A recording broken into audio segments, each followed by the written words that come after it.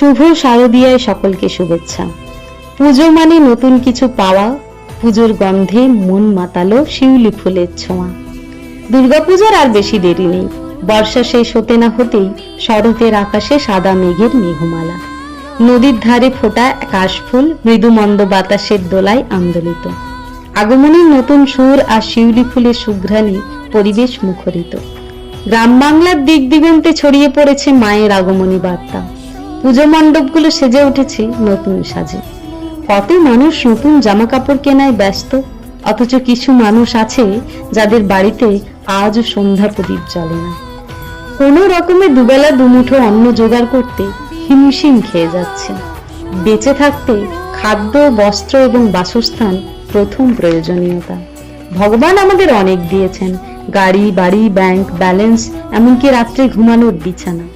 তার থেকে কিছুমাত্র অর্থ দিয়ে যদি অসহায় পথশিশুগুলোর মুখের হাসি ফুটিয়ে দিতে পারি, তার চেয়ে বড় পুণ্য বোধ হয় আর নেই। মায়ায় ভরা এই পৃথিবীতে আমরা তো খালি হাতে এসেছি, এমনকি খালি হাতেই চলে যাব। যদি কিছু ভালো কাজ করে যেতে পারি, তাহলে এই জীবন ধন্য হবে। মনের মধ্যে গভীর শান্তি পাওয়া যাবে। কোনো এক অসহায় মানুষকে নতুন জামা কাপড় কিনে দেওয়ায় যে কতখানি আনন্দের, তা ভাষায় প্রকাশ করা যায় না। তাই এসো না বন্ধু, আমরা সকলে মিলে হাতে হাত মিলিয়ে এই অসহায় মানুষগুলোর পাশে দাঁড়াই। বিন্দু বিন্দু জলেই তো সিন্ধু তৈরি হয়। তাই জনকল্যাণী নবযোদ্ধা গ্রুপের সকল সদস্যের উদ্দেশ্যে জানাই, আপনারা সকলেই সম্মিলিতভাবে এই বস্ত্রদান কর্মসূচিটিতে অংশগ্রহণ করুন।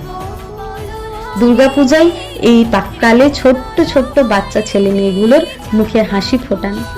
যার যেমন সামর্থ্য 20 টাকা, 50 টাকা, 100 টাকা সহযোগিতা করুন। মায়ের আশীর্বাদে আপনাদের ব্যাংক ব্যালেন্স কমবে না, কিন্তু আপনাদের সহানুভূতি, ভালোবাসা অনেকাংশে বৃদ্ধি পাবে। দেখবেন মনের মধ্যে একটা আলাদা শান্তি বিরাজ করবে।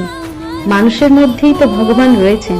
মন্দির, মসজিদ, তীর্থে কোথায় খুঁজলে যে ভগবানকে পাওয়া যায় তা ঠিক জানা নেই। বিবেকানন্দের ভাষায়, জীবে প্রেম করে যেই জন, সেই জন সেবিছে ঈশ্বর। সকলে ভালো থাকবেন, সুস্থ থাকবেন এই কামনা করি। ধন্যবাদ।